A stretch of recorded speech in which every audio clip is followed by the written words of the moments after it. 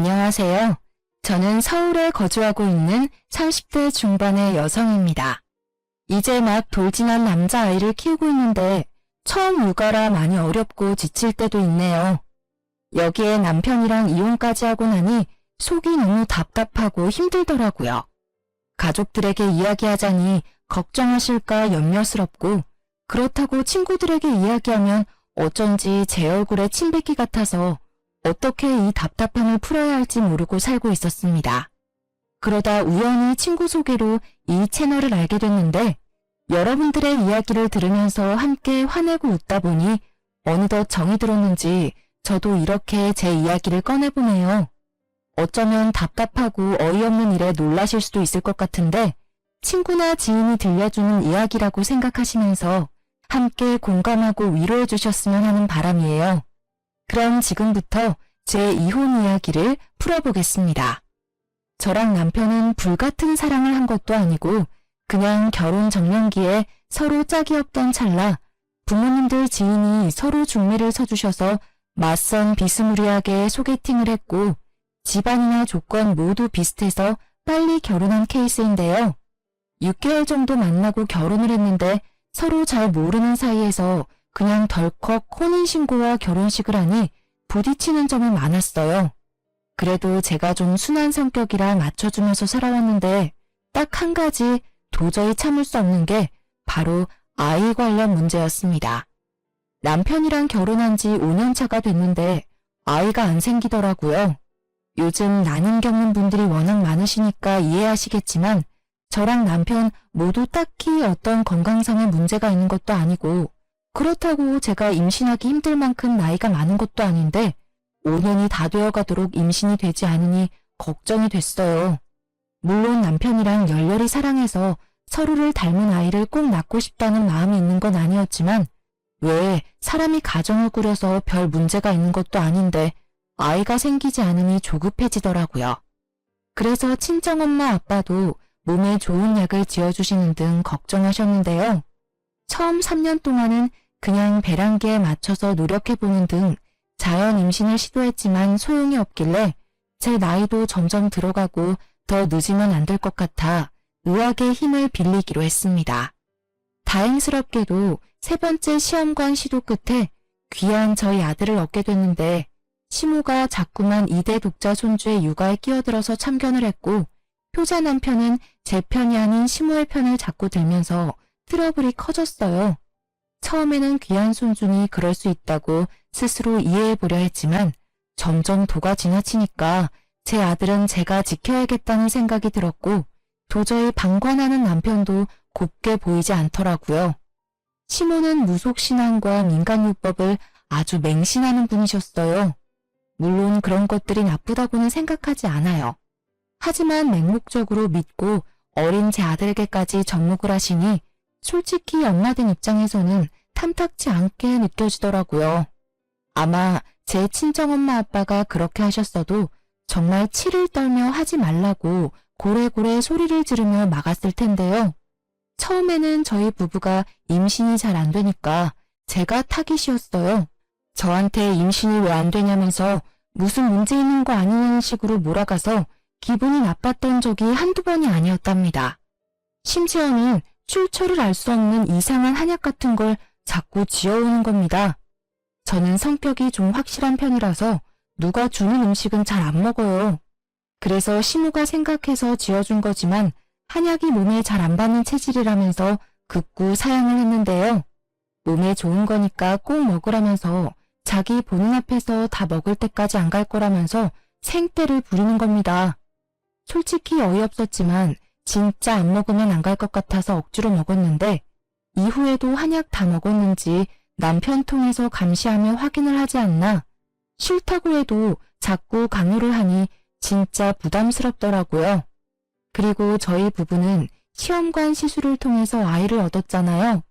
이런 건 의학적으로도 증명할 수 있는 명확한 사실인데도 불구하고 시모가 자꾸 아들을 낳게 된 건 자기가 100일 동안 정성 들여 기도한 덕분이라며 자기 보고 감사해야 한다고 떵떵거리는 게 아니겠어요. 진짜 주위에 결혼한 친구들에게 말하면 요즘에도 그런 시어머니가 있냐면서 다들 이해를 못하더라고요. 그래도 여기까지는 좀 당황스럽기는 해도 얼마나 손주가 보고 싶었으면 이렇게 하시겠나 싶어서 참고 넘어가려고 했어요. 친정엄마 아빠께 말씀드려도 사돈이 귀한 손주 얻어서 기분이 좋아서 그런 거고 어른이니까 젊은 며느리인 네가 조금만 이해하고 넘어가라고 신신당부를 하시더라고요. 그렇게 시모 말은 한 귀로 흘리면서 모른 척하고 살았는데 도저히 제 기준에서는 납득하기 힘든 일이 또 벌어졌습니다. 아기를 낳으면 출생신고를 한 달 이내에 해야 하잖아요.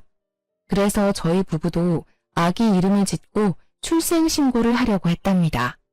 사실 저희끼리 생각했던 예쁜 이름들이 몇 가지 있었는데 태어난 사주랑도 맞춰서 지어야 한다기에 미뤄지게 됐었죠. 그런데 대뜸 시모가 2대 독자 손주가 앞으로 큰 인물이 되고 건강해지는 이름이라면서 요즘 어린아이들에게 절대 안 쓰는 무슨 1950년대에나 쓸 법한 촌스러운 이름을 권하는 거예요. 제가 여기서 정확히 말씀드리지는 못하지만 딱 듣기에 돌쇠, 먹쇠, 꺽쇠 같은 느낌이라 진짜 너무 싫더라고요.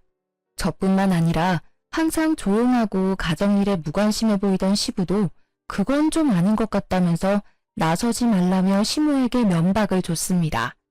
속으로 그나마 시부라도 제 편을 들어줘서 다행이다 싶었어요. 정작 아기 아빠인 남편은 아무 말 안 하고 못 들은 척하고 있었거든요. 그래서 시모에게 요즘 이런 이름은 안 쓴다면서 죄송한데 아이 이름은 저희가 지어주고 싶다고 말씀을 드렸어요. 그랬더니 시모가 바락바락 화를 내는 게 아닙니까? 어머니, 죄송한데 이름이 요즘 태어난 아이랑은 안 어울리는 것 같아요.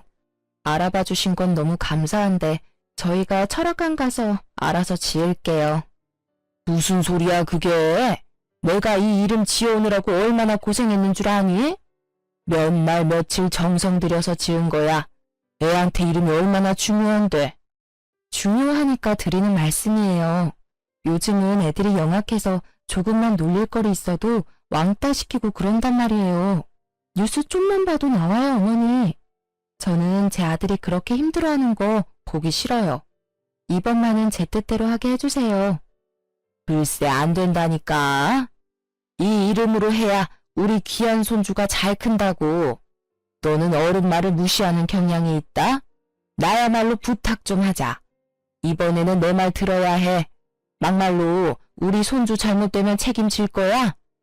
아니 자기 손주이기 이전에 제가 10달 동안 품어 배 아파 낳은 제 아들인데 이렇게 본인이 알아온 이름을 강요하는 게 말이 되나요? 뭐 고작 이름 하나 가지고 양보할 수 있다고 생각하는 이해심 넓은 분이 계실지는 모르겠지만 저는 그러기 힘들더라고요. 특히 아직 태어난 지 한 달도 안 된 신생아에게 무슨 이름을 잘못 지어서 아기 잘못되면 책임질 거냐느니 본인의 뜻을 관철시키기 위해 협박까지 일삼는 시모의 모습에 이번만큼은 진짜 저 고집을 확 꺾어야겠다는 생각마저 들었습니다. 그래서 화내고 소리치는 시모의 모습에 어이가 없었지만 당황한 기색을 꾹 참고 태연하게 행동하며 안 된다고 말을 했어요. 저 혼자 그러면 안 먹힐 것 같아서 남편한테도 뭐라 말 좀 하라고 했죠. 그런데 남편이 머리 아프다면서 자리를 피해버리는 겁니다. 마지막 희망인 시부에게 눈치를 줬는데 시부도 시모의 등살에 시달리게 생활화됐는지 똑같이 에이 하면서 집을 나가버렸어요. 그래도 어쩝니까? 도와주는 사람 없어도 제가 제 아들 엄마잖아요. 꿋꿋이 죄송하지만 저희끼리 알아서 짓겠다고 시모를 돌려보냈어요. 그리고 그날 밤 남편에게 분명히 말을 했죠. 우리 아들 이름은 우리가 지을 거니까 더 이상 시모한테 휘둘리지 말라고요. 그랬더니 남편이 알겠다고 하더라고요. 그래서 저는 마음 편하게 유명한 철학관에 가서 아기에게 맞는 이름 후보를 몇 가지 골라왔고 남편이랑 상의해서 제일 마음에 드는 하나를 선택했답니다. 그렇게 아이 보느라 바쁜 저 대신 남편이 출생신고를 하러 갔었어요. 가는 길에도 한자 적힌 종이에 표시까지 해주면서 거듭 확인을 시켜줬죠. 시간이 흘러 당연히 저는 그 이름으로 출생신고를 했다고 생각했고 친정 식구들과 친구들에게도 자랑하고 아이 통장도 만들어주기로 했어요. 그런데 잠시 아이를 친정엄마에게 맡기고 통장을 개설하기 위해 아이 관련 등본과 서류를 뽑는데 제 아들 이름이 시모가 바득바득 우기던 그 이름으로 올라가 있는 겁니다. 이게 무슨 일이지 싶고 너무 어이가 없더라고요. 순간 시모가 중간에서 수작을 부렸나 싶어 화가 치밀었습니다. 바로 남편에게 전화를 걸었는데 정말 어처구니 없는 사실을 알게 됐어요. 여보, 큰일 났어. 등본에 우리 아기 이름이 잘못 올라가 있는데? 당신 제대로 한 거 맞아? 이상해. 어머니가 중간에서 뭐 하셨나? 어머니가 하라던 이름으로 올라가 있어. 아, 그거 내가 한 거야. 아, 뭐? 그게 무슨 소리야? 당신이 어머니가 하라는 이름으로 우리 아기 출생신고를 했다고? 아니 사실 생각해보니까 엄마가 기껏 생각해서 지어준 건데 그렇게까지 주장하는 데는 다 그만한 이유가 있지 않을까 싶어서 아무렴 자기 손주인데 잘못되는 일을 하셨을까? 그걸 지금 말이라고 하니? 설사 그렇다고 하더라도 어떻게 나한테 한마디 상의도 없이 중간에서 이렇게 일을 처리해. 나랑 당신 부부잖아. 그리고 우리 아기 이름이고. 근데 이렇게 어머니 편에서 생각해서 다 처리해버리면 나는 뭐가 돼? 그렇게 깊게 생각해서 한 건 아니야. 너무 예민하게 굴지 마, 여보. 엄마가 가족관계 증명서까지 떼오라고 그러는데 너무 머리가 아파서. 진짜 내가 이번만 엄마 말 들어주자. 당신이 이해 좀 해주라. 우리 아들 평소에는 예쁜 이름으로 불러주고 나중에 정 아니면 개명하면 되잖아. 그러는 사람들도 많다더라. 남편의 헛소리를 더 이상 듣고 있을 수 없었어요. 남편은 저랑 부부인데 이렇게 시모에게 휘둘리면서 아내인 제 의견은 묵살해버리는 게 맞는 일인가요? 진짜 옆에 있었으면 확 깨물어버리고 싶을 만큼 얄미웠어요. 바로 전화 끊고 너무 화가 나서 친정엄마에게 전화를 했습니다. 그래서 자초지종을 말하니까 친정엄마도 너무 어이없어 하더라고요. 그러면서 출생신고를 마쳤으니 정정도 어렵고 개명해야 한다면서 시모가 보통이 아니니 조심하라고 혀를 내두르셨어요. 친정엄마도 지인 말만 듣고 결혼을 하라고 주선을 했는데 시모가 이렇게까지 고집불통인 줄은 미처 모르셨나 봐요. 심지어 제가 지금 남편 말고 이전에 결혼하겠다고 데려온 남자가 있었는데 그때 반대를 해서 헤어지게 된 걸 미안했다고 사과까지 하셨어요. 결혼 생활이 많이 힘드냐고 애도 키우느라 지칠 텐데 이런 마음고생까지 하느냐면서 우시더라고요. 상황이 이쯤 되니 괜히 친정엄마한테 걱정만 안겨드리는 것 같고 저도 죄송한 마음이 생겨서 괜찮다고 거짓말을 할 수밖에 없었어요. 나중에는 저의 화나고 속상한 마음은 숨기고 괜찮아, 꼭 개명시킬게, 어쩔 수 없지 이랬네요. 오히려 제가 친정엄마 안심시키려고 이런 말을 하게 되더라고요. 그렇게 고집불통 시모와 그런 시모에게 꼼짝 못하는 남편, 그리고 제 결혼 생활이 힘들면 그걸 본인 탓이라고 미안해하는 친정엄마와의 관계에 갇혀 어떻게 해야 할지 몰라 답답했습니다. 그래도 시간은 흘러 마음을 추스리고 아이를 키우는 재미에 빠져 살았어요. 출산 직후에는 매일 반복되는 밤수유와 정신없는 육아에 지쳐 살짝 산후 우울증이 오기도 했는데 시간이 흐르면서 저도 적응을 했는지 아기가 너무 예뻐서 힘듦이 사르르 녹게 되더라고요.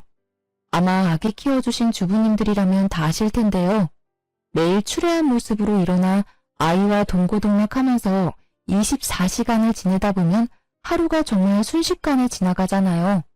저는 아기를 낳아도 제 생활을 유지하고 살 수 있을 줄 알았는데 정말 돌 이전까지는 아기 위주로 사라지더라고요.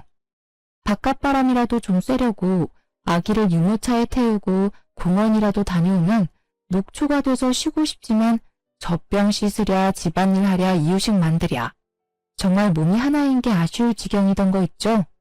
물론 나중에는 젖병도 물량 공세로 여러 개 돌려쓰고 이유식도 시판을 사서 먹이고 나름 편한 방법을 찾기도 했어요. 그래도 제 몸 하나 건사하기 힘든 초보맘인 터라 처음 하는 출산과 육아가 정말 힘들더라고요. 남편이 좀 도와주기라도 했다면 좋았겠지만 야근이 많은 특성상 제가 무조건 독방 육아를 할 수밖에 없는 상황이었어요. 하지만 아기가 예뻐서 이 모든 걸 감수하고 있었답니다. 그런데 정말 시시때때로 걸려오는 시모의 영상통화는 참기 힘들더라고요. 물론 저도 이해를 합니다. 귀하게 얻은 손주가 얼마나 보고 싶고 애틋하겠어요. 저희 친정엄마 아빠도 영상통화하는 재미에 빠졌다면서 웃으시니 그 모습을 보는 것만으로도 뿌듯하고 아기 낳기에 잘했다 싶었거든요. 그런데 시모는 너무 중간이 없는 겁니다. 하루에도 4-5번씩 영통을 걸어오고 혹여나 제가 아기 낮잠을 재우거나 이유식을 먹인다고 못 받으면 무슨 일 있냐고 뭐 하냐고 꼬치꼬치 답할 때까지 캐묻는데 진짜 혼자 아기랑 씨름하고 있을 때 이렇게 닥달을 하면 저도 사람인지라 짜증이 나더라고요. 그래도 얼마나 좋으면 이러실까 싶어 꾹 참았습니다. 영통 오면 오는 대로 받아주고 혹여나 아기 자느라 못 받는 상황이면 아기 재우고 나서 깨면 연락드리겠다고 하고 다 지켰어요. 그런데 사람이 호의가 계속되면 권리인 줄 안다더니 제가 너무 시모에게 다 맞춰주고 살았던 걸까요? 눈치 없는 시모가 점점 제 육아에 입을 대고 간섭을 하는 겁니다. 애미야, 애 운다. 울기 전에 밥 줘라. 자꾸 울어서 주는 버릇하면 애 성격 나빠진다고 몇 번을 말하니? 아, 어머니, 방금 보충 분유 먹여서 안 먹을 거예요. 그리고 지금은 아직 이유식 2번 먹이는 때라서 나중에 저녁으로 먹이면 돼요. 제가 알아서 할게요. 아니, 이렇게 이가 났는데 왜 아직 분유를 줘? 밥 주면 된다. 예, 애 이리 줘봐라. 내가 죽 만들어서 먹일게. 그리고 애가 왜 이렇게 말랐니? 이제 보니까 밥 안 주고 아직 이렇게 분유 줘서 살이 안 찌는 거 아니야? 아이고, 엄마가 밥을 안 줘서 우리 아기 배고팠죠요. 어머니, 돌되기 전까지는 하루에 500ml 정도는 우유 먹여야 해요. 요즘 육아서에 다 그렇게 적혀 있는데 예전이랑 달라요, 어머니. 그리고 얘는 많이 먹이면 토해서 제가 조절하는 거예요. 내가 애를 안 키워봤니? 셋이나 키웠어. 다 똑같은 아기인데. 옛날이랑 다르기는 뭐가 달라? 요즘 애들은 다 글로만 육아를 배워서 이뿐만이 아니었습니다. 저희 아들은 좀 예민한 편이라 통잠을 안 자더라고요. 그러다 보니 제가 밤에 너무 힘들어서 수면 교육을 해야겠다 결심했거든요. 수면 교육을 해두면 아기가 적응을 해서 혼자서도 잘 자고 오히려 통잠을 푹 잔다는 말이 많아서 꼭 시도해보고 싶었어요. 그렇게 열심히 노력한 끝에 아기 방에 따로 분리수면까지 성공을 했습니다. 그런데 이거 가지고 시모가 난리를 부리더라고요. 아니 얘, 애를 왜 이렇게 다른 방에 재우는 거야? 너희가 데리고 자야지. 잠자다 깨서 혼자 있으면 얼마나 무섭겠어? 어머니, 지금 애기 너무 잘 자요. 원래 저희랑 붙어 잘 때는 애가 너무 예민해서 조금만 움직여도 깨고 그랬는데 옆에 아무도 없으니까 더 편하게 오래 통잠 자요. 괜찮아요. 무슨 소리야? 누가 그렇게 매정하게 애를 키운다니? 나는 안 그랬다. 자고로 애는 엄마 품속에서 체온을 느끼면서 자야 정서적으로 안정되고 그러는 거야. 너 그러다 나중에 큰일 나. 무슨 큰일이요? 요즘 엄마들은 다 이렇게 키워요. 세상이 달라졌어요. 세상이 달라지긴 뭐가 달라져? 애기들은 다 똑같다. 엄마 품 찾고 그러면서 크는 거지. 팽한 방에 혼자 두고 이게 아동학대지 뭐가 아동학대니? 아유, 불쌍한 우리 손주. 아니, 엄마고 주 양육자인 제 육아관에 이렇게 입을 대는데 제가 너무 짜증이 나고 열받는 게 당연하지 않나요? 저도 나름대로 열심히 아기를 키워보려고 노력 중인데 칭찬하고 위로해주지는 못할 망정 학대 운운하면서 저를 나쁜 엄마로 몰아가는데 진짜 듣자 하니 너무 화가 나고 같이 있기 싫더라고요. 마침 남편이 퇴근하고 집에 왔길래 이때다 싶었어요. 어머니, 그럼 아기 좀 봐주세요. 어머니 아기 잘 보시고 셋이나 잘 키워내셨으니까 손주 좀 봐주시라고요. 저 애 키우느라 하루 종일 집에 갇혀 있느라고 친구도 못 만났는데 오늘 친구 좀 만나고 들어올게요. 갑자기? 나 약속 있어. 가긴 어딜 가. 당신은 맨날 일한다고 육아는 나몰라라 하고 친구도 자주 만나는데 나도 힐링 좀 하고 싶어서 그래. 어머니가 아기 잘 보시니까 믿고 나갈 수 있는 거잖아. 안 그래요, 어머니? 아이고, 그래. 나갔다 오너라. 내가 봐줄 테니까. 내가 이렇게나 속이 넓고 깊은 시어머니다. 나 같은 사람 있으면 나와보라 그래. 우리 손주, 할미가 밥 주고 재워주고 다 해줄게요. 걱정 말아요. 엄마는 이런 거 안 해주지? 어휴, 불쌍한 내 새끼. 들었지? 당신 약속 깨고 어머니랑 같이 아기나 잘 봐. 다녀올게. 그 길로 바로 옷만 갈아입고 가방 들고 집을 나왔어요. 사실 약속이랄 것도 없었습니다. 출산하고 육아하느라 평일 저녁에 마음 편하게 불러낼 친구 하나 없어진 제가 한심하더라고요. 그래도 오랜만에 저녁 시간에 자유를 얻어서 집 앞 공원도 걷고 카페에 들어가서 한가롭게 지나가는 사람들 구경도 하고 이게 바로 자유부인의 여유구나 싶어 기분이 좋아졌어요. 진작 이렇게 맡기고 나와서 놀 걸 내가 괜히 혼자 다 하려고 했나? 이제 좀 내려놓고 살자 라는 생각도 했고요. 얄미운 말만 골라 하는 시모지만 그래도 이렇게 손주를 좋아하고 잘 봐주신다고 하니까 나와서 놀 시간도 생기고 좋은 점도 있네? 긍정적인 생각도 했죠. 그런데 저도 참 우스운 게 엄마는 엄마더라고요. 아기랑 떨어져서 혼자 있으면 아기 생각이 하나도 안 날 것 같았는데 괜히 폰을 뒤적여서 신생아 시절 옛날 사진을 보고 아유 귀여워 진짜 많이 컸네. 혼자 이렇게 주접을 떠는 거 있죠? 그러면서 저 없이 남편이랑 시모가 예민하고 까탈스러운 우리 아들 때문에 얼마나 고생하고 있을까 궁금해졌어요. 그래서 남편한테 전화를 걸었는데 한창 아기랑 씨름하고 있을 거라고 여겼던 제 생각과는 달리 친구랑 술을 마시고 있는 겁니다. 알고 보니 제가 나가고 아기는 시모에게 덜렁 맡겨두고 그대로 친구를 만나러 횡 나가버린 거였어요. 진짜 이게 아빠 맞나? 뺀질한 남편이 너무 얄밉더라고요. 그러면서 집에 혼자 있을 시모와 아기 생각이 났습니다. 아무리 할머니라고 해도 낯가림을 시작하는 아기가 울지는 않을까, 엄마 없는 걸 알고 불안해하지는 않을까 바보처럼 걱정이 되더라고요. 그래서 신경이 쓰여서 2시간도 안 돼서 집에 들어갔어요. 그런데 한창 아기 보느라 정신없이 바쁠 거라 생각했던 시모는 안 보이고 아기 혼자 놀이매트 위에서 놀고 있더라고요. 시모는 어디 갔지 싶어 거실과 주방을 둘러보는데 안 보여서 가셨나 싶었는데 아기 방 쪽에서 부스럭거리는 소리가 들렸어요. 그래서 조심스레 문을 열었는데 글쎄 시모가 아기 침대 매트리스를 뒤집고 낑낑거리고 있는 겁니다. 어머니, 거기서 뭐 하세요? 아유, 깜짝이야. 너는 인기척도 없이 들어오니? 뭐 이렇게 빨리 왔어? 친구 만난다더니. 아, 약속이 깨져서 그냥 빨리 들어왔어요. 그런데 뭐 하시는 거예요? 애기 매트리스는 왜 다 뒤집어 놓으셨어요? 그리고 손에 그건 뭐예요? 시모 손을 자세히 보니 종이 몇 장이 팔랑팔랑대고 있더라고요. A4 용지도 아니고 한지처럼 얇은 종이에 붉은 글귀들이 가득해서 살펴보니까 다름 아닌 부적이었습니다. 제 표정이 일그러지는 걸 느꼈는지 시모가 당황하면서 재빨리 매트리스 밑에 부적을 끼워두고 침대를 돌려놓더라고요. 어이가 없어서 바로 매트리스 까서 부적을 챙겼습니다. 아, 별거 아니야. 신경 쓰지 마라. 애기는? 애기 봐야지 너는. 아니 어머니, 별거 아닌 게 아니라요. 이런 걸 왜 애기 매트리스를 붙여요? 어디에 쓰는 건데요? 무슨 의미가 있는 거냐고요. 아유, 또 시작이다 또 시작이야. 그냥 무탈하고 건강하게 밤잠 잘 자고 좋은 꿈 꾸라고 내가 빌어서 누가 써준 거야. 다 좋은 의미지.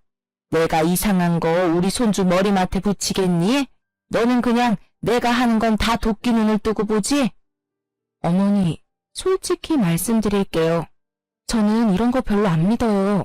특히나 어른도 아니고 아직 말도 못하는 아기 쓰는 물건에 이렇게 몰래 붙여두는 거 오히려 찝찝하다고요. 제발 좀 이러지 마세요. 너는 말을 해도 참 섭섭하게 한다.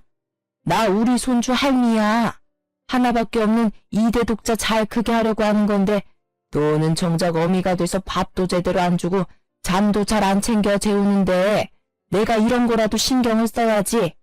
우리 2대 독자 너 때문에 다치고 아프면 책임질 거야? 진짜 그놈의 책임. 짜증이 머리 끝까지 치솟더라고요. 제가 엄마지 시모가 엄마인가요? 시모는 그냥 할머니답게 뒤로 한 발 물러나서 제가 하는 육아를 마음에 안 들더라도 지켜봐줬으면 좋겠는데 어떻게 이렇게 사사건건 간섭을 하는지 모르겠더라고요.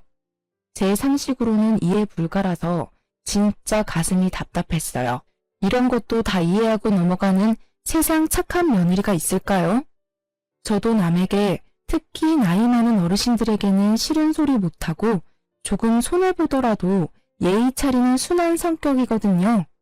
그런데 정작 제 시모가 이렇게 아나무인으로 구니까 더는 참고 지내지 못하겠다는 생각이 들더라고요. 그래서 일단 시모 보고 가시라고 하고 남편한테 전화를 걸어 지금 당장 안 들어오면 이혼할 거라고 통보했습니다. 놀란 남편이 무슨 일이냐면서 급하게 들어왔어요. 여보, 나 이렇게 못 살겠어. 내가 나쁜 엄마야? 아기 밥 안 주고 잠도 잘 안 재우는 나쁜 엄마냐고. 맨날 밖으로 놀러 다니고 아기한테 관심 1도 없는 당신이 나쁜 아빠 아니고? 갑자기 또 왜 그래? 당신도 오늘 친구 잘 만나고 갔잖아. 우리 엄마가 아기 잘 봐줘서 잘 놀고 와서 왜 이래? 나 친구 안 만났어. 맨날 24시간 아기 보느라 만날 친구도 다 끊겼어. 그런데 우리 어머니는 나보고 아동학대 운운하면서 애 그렇게 키우지 말라고 나 때문에 다치고 아프면 책임질 거니. 이거 봐. 이런 부적까지 붙이면서 내 탓이라고 간섭하는데 내가 언제까지 참고 넘어가야 해? 아, 난 또 뭐라고. 별것도 아닌데 당신 요즘 보면 너무 다크해. 산후우울증 뭐 그런 거야? 병원 끊어줄게. 좀 다녀. 그리고 우리 엄마가 애 생각해서 이런 거 알아보고 당신한테 조언도 해주는 거지. 사람 성의 무시하지 좀 마. 정말 지긋지긋하게 시모 편을 드는 남편이었어요. 결혼하고 아기 낳으면 그렇게 많이 싸운다던데 저는 사실 육아하는 건 힘들어도 참을만 했거든요. 그런데 진짜 입 육아하고 저를 나쁜 엄마로 몰아가는 이 시모와 남편 때문에 정말 가슴이 터질 것 같았어요. 나중에는 제가 예민하고 산후우울증 때문에 그런다는데 아무리 생각해도 저는 너무나 멀쩡하고 정상적이었거든요. 제가 욱하고 화가 날 때는 시모 그리고 그 편을 드는 남편과 엮이는 일이 생길 때뿐이었습니다. 이때부터는 저도 너무 빡쳐서 시모가 연락 오면 절대 안 받고 무슨 일 있냐고 찾아와도 아예 대꾸를 안 했어요. 회피하는 게 답은 아니지만 그냥 그렇게 놔버리게 되더라고요. 그렇게 아기만 보면서 살다 보니 어느덧 돌잔치 날이 됐습니다. 아무래도 양가의 첫 아기인지라 무슨 부잣집처럼 화려하게 잔치를 열어주지는 못해도 포토그래퍼를 부르고 조금 격식 있는 곳에서 가족 지인들을 초대해 식사를 대접했어요. 다행히 아기도 이날 컨디션이 좋아서 방실방실 많이 웃고 노래가 나오니 몸도 이리저리 흔들고 춤추며 이쁜 짓을 많이 해서 저도 기분 좋고 다들 즐거워했죠. 돌잡이 때는 또 청진기를 잡아서 의사 될 거야 우리 아들 하면서 남들 다 아는 고슴도치맘의 면모를 보이곤 했습니다. 그렇게 돌잔치가 무르익을 쯤이었어요. 꼴 보기 싫은 남편이랑도 좋은 날이니 좋은 모습 보이자며 사이 좋은 부부인 것처럼 최선을 다하고 있었는데 갑자기 스님 복장을 한 남자 한 명이 들어오더라고요. 너무 특이한 복장이라 뭐지? 우리 손님 맞나? 하고 의아해하는데 시모가 합장을 하며 너무 반갑게 맞이하는 거예요. 그때까지는 그냥 시모 손님인가 보다 저런 사람도 안 해? 하고 말았는데 이 스님이 시모랑 속닥속닥거리더니 대뜸 저희 부부 아들에게 걸어오는 겁니다. 당황해서 쳐다만 보고 있으니 시모가 소개를 해주더라고요. 인사해라. 강원도 산에서 유명한 땡땡 스님인데 내가 우리 손주 돌잔치 날이라고 어렵게 모셔왔어. 고마운 줄 알아라. 안녕하세요. 아들 내외 분이시죠? 말씀 많이 들었습니다. 손주가 아주 똘똘하고 귀엽게 생겼네요. 복이 많은 얼굴이에요. 이분이 우리나라에서 관상 잘 보기로 손에 꼽히는 분이다. 내가 우리 손주 사진 보여드리니 직접 관상 보고 기도까지 해주신다니 뭐니. 얼마나 감사한 일이야. 잔뜩 들뜬 시모 말을 듣는데 기가 막혔어요. 이제 고작 돌이 된 아기가 무슨 관상이 있나요? 풍문으로 듣는 이야기만 해도 아기 얼굴은 크면서 12번도 더 바뀐다고 흔히 말을 하잖아요. 제가 봐도 태어난 직후에는 남편을 많이 닮았었는데 돌이 가까워지고 얼굴 윤곽이 드러나면서부터는 제 어릴 때 사진이랑 똑같이 생겨서 신기했거든요. 그런데 아직 졸리면 울고 옹알이하는 아기를 두고 관상을 봐준다면서 기운이 좋니 나쁘니 입대는 게 싫었어요. 그래서 아주 싫은 티를 팍팍 냈더니 남편이 눈치채고 저를 따로 불러서 좋은 날인데 예의 없이 굴지 말라고 자기도 아는 사람이니까 봐주자고 하더라고요. 당신은 이해되냐고 했더니 어쨌든 어머니가 불러서 좋은 날 와주신 손님이고 축하해주러 온 거니까 넘어가자는 거예요. 무슨 이런 이해심이 바다같이 넓은 사람이 있나 싶었어요. 자기 어머니한테 대한 건 무조건 수용하는데 저는 이런 효자랑 진짜 못 살겠다 싶더라고요. 그래서 나는 그렇게 못한다고 시모한테 관상 볼 필요 없다고 남들 보기에도 좀 이상하니까 밥만 드시고 가셨으면 좋겠다고 했어요.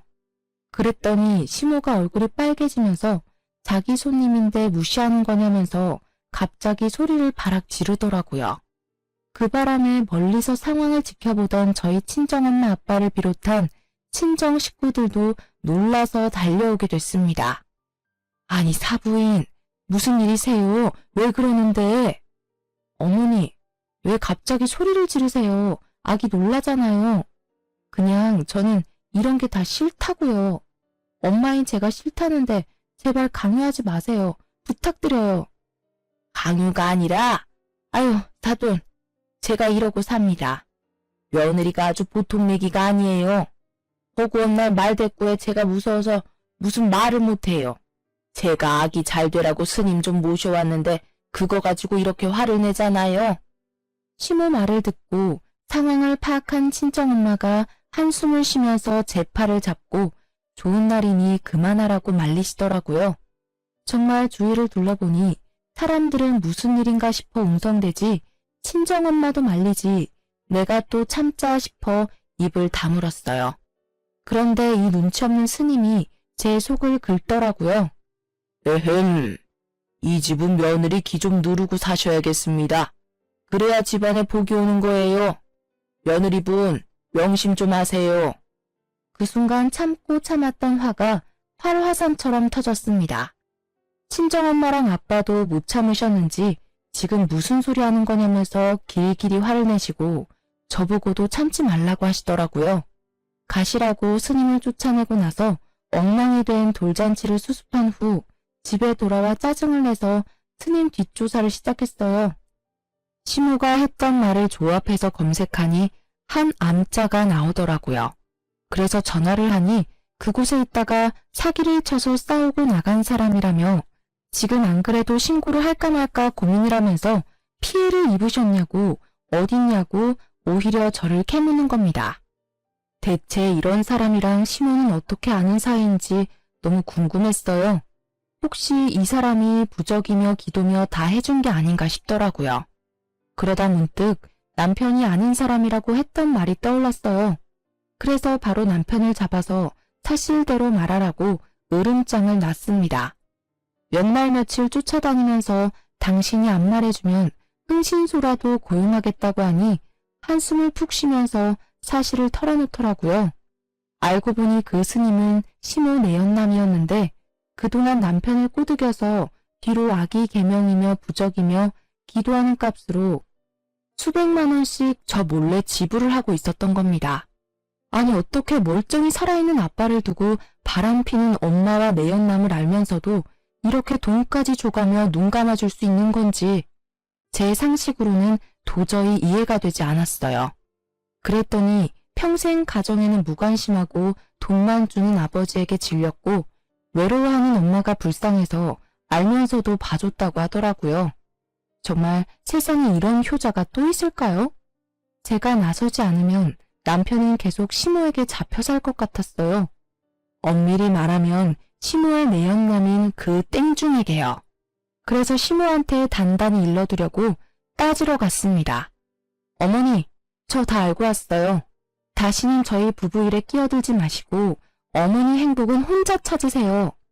한 번만 더 저희 아들 위한답시고 이상한 일에 이용하시면 저 진짜 가만 안 있을지도 몰라요. 진심입니다.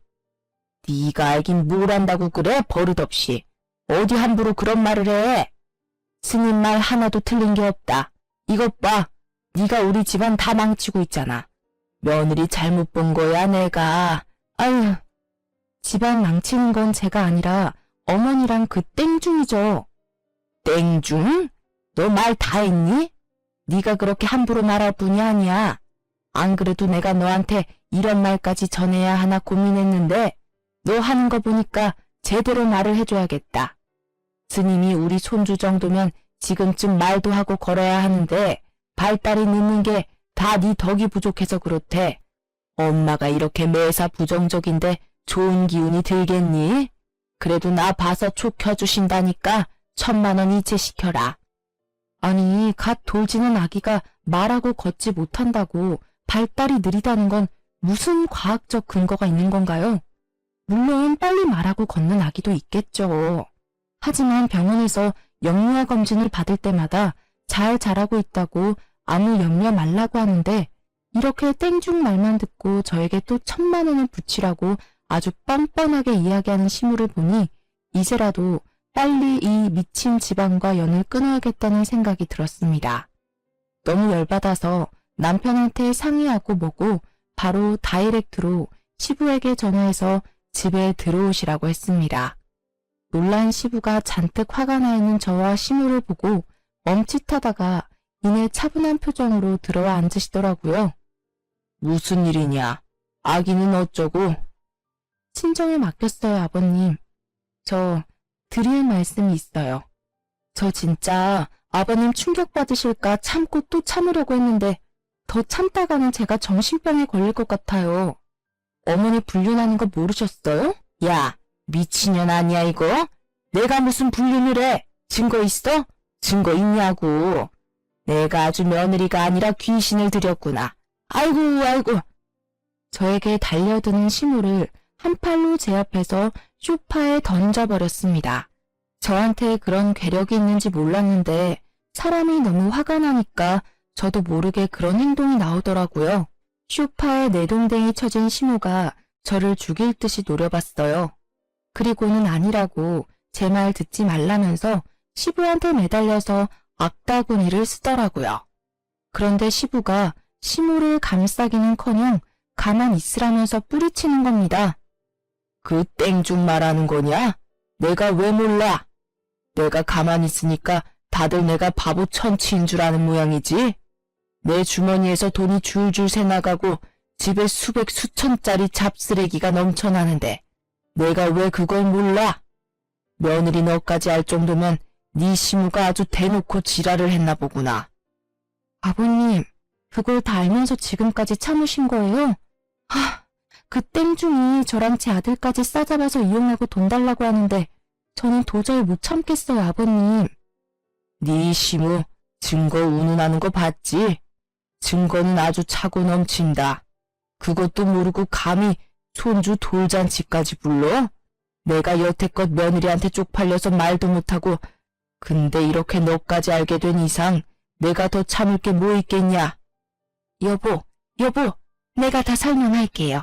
제발 이왕 참은 거 조금만 더 참아요. 여보세요? 아들. 지금 네 와이프 우리 집 와서 아주 집안 다 망치고 있다. 빨리 좀 와서 쟤 좀 데려가. 지금 제정신 아니야. 그리고 아버지 좀 말려라. 여기서 제정신 아닌 건 니들 모자뿐이야. 이놈의 모자가 쌍으로 아주 나를 물먹었지. 오냐? 이놈들 오늘 끝을 보자. 너도 당장 집으로 뛰어와. 아버지 부름에 한달음에 남편이 달려왔습니다. 시모는 덜덜 떨면서 울고 있지. 저는 기세등등하게 소파에 앉아있지. 시부는 아무 말 없이 남편을 노려보고 있지. 남편이 허옇게 질려서 무슨 일인가 눈치를 보더라고요. 정말 제가 시부에게 다 털어놓을 거라고는 미처 생각하지 못했던 듯 했습니다. 한참 눈치를 보던 남편은 이내 무릎을 꿇었어요. 아버지, 죄송해요. 제가 다 설명할게요. 처음부터 작정하고 아버지 속인 건 아니었어요. 저도 엄마가 시켜서 모르는 척 몇 번 돈만 드린 건데 이렇게 길게 끄실 줄은 몰랐어요. 죄송해요, 아버지. 저 좀 봐주세요. 야, 네가 그러고도 내 아들이야? 뭘 내가 시키기를. 말을 그렇게 하면 안 되지. 너 미쳤니? 너 착한 우리 아들한테 무슨 짓을 한 거야? 무슨 세뇌를 시켰길래 얘가 이래? 조용히들 못해? 나는 그래도 가족이라고 몇 번이나 참고 기회를 줬다. 며느리한테 부끄럽기도 하고 무엇보다 내가 일궈온 내 가정이니까. 그런데 나를 이렇게 비참하게 만들어? 여보, 내가 정말 잘못했어요. 한 번만 용서해줘요. 이번에는 시모도 울며 불며 무릎을 꿇더라고요.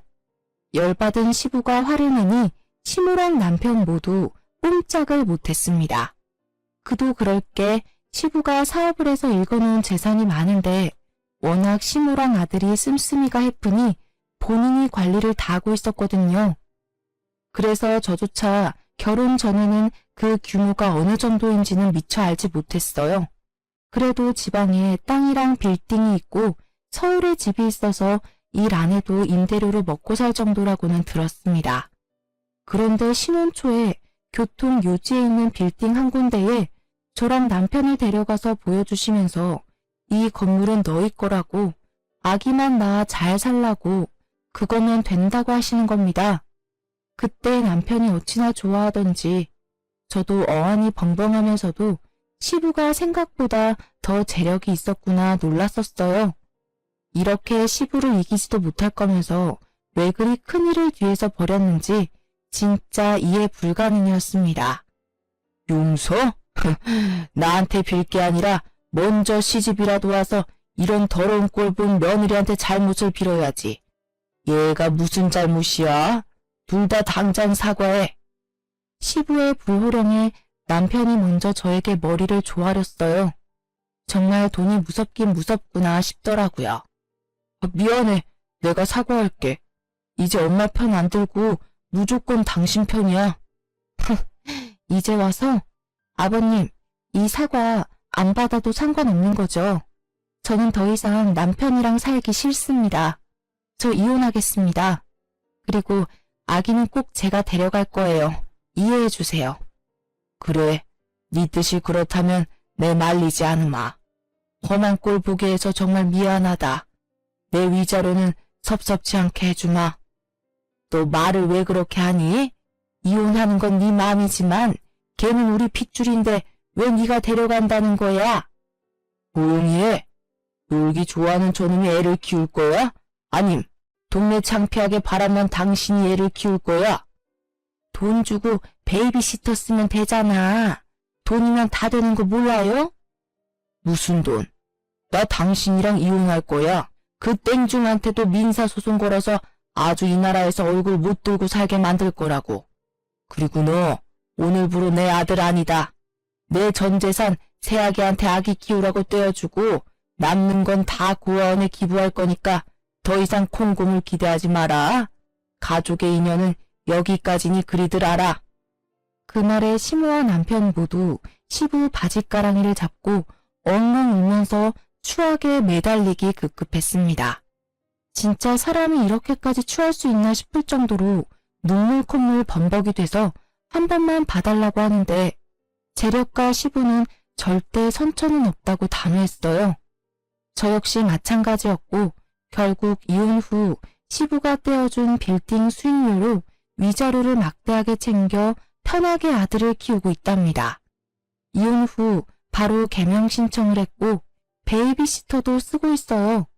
정말 돌이켜보면 효자 남편과 간섭 짜는 시모 사이에서 더 있었다가는 찐으로 우울증에 걸렸을 것 같아요. 지금 이혼하고 혼자 아들을 키우고 있는데 몸은 힘들지만 정신이 평화로우니까 살 것 같거든요. 듣자 하니 시부는 재산을 처분해서 동남아로 떠났고 시모는 땡중이 남은 재산까지 털고 도망가서 알거지로 피해자들이랑 땡중 찾으러 다니느라 바쁘다고 해요. 남편은 아들 양육비와 시모가 땡중 찾는 비용까지 대느라 돈이 부족해 대리운전까지 뛰고 있다고 합니다. 정말 제가 그들처럼 진실을 숨기고 참고 살았다면 이렇게 평화로운 시간을 보낼 수 있었을까 싶어요. 혹시 저처럼 이상한 모자 사이에서 답답해하는 분들 계시다면 참지 말고 맞서 싸우라고 말씀드리고 싶네요. 그럼 지금까지 제 이야기 들어주셔서 감사하고 저는 아들과 함께 앞으로도 용기 내 살아보겠습니다.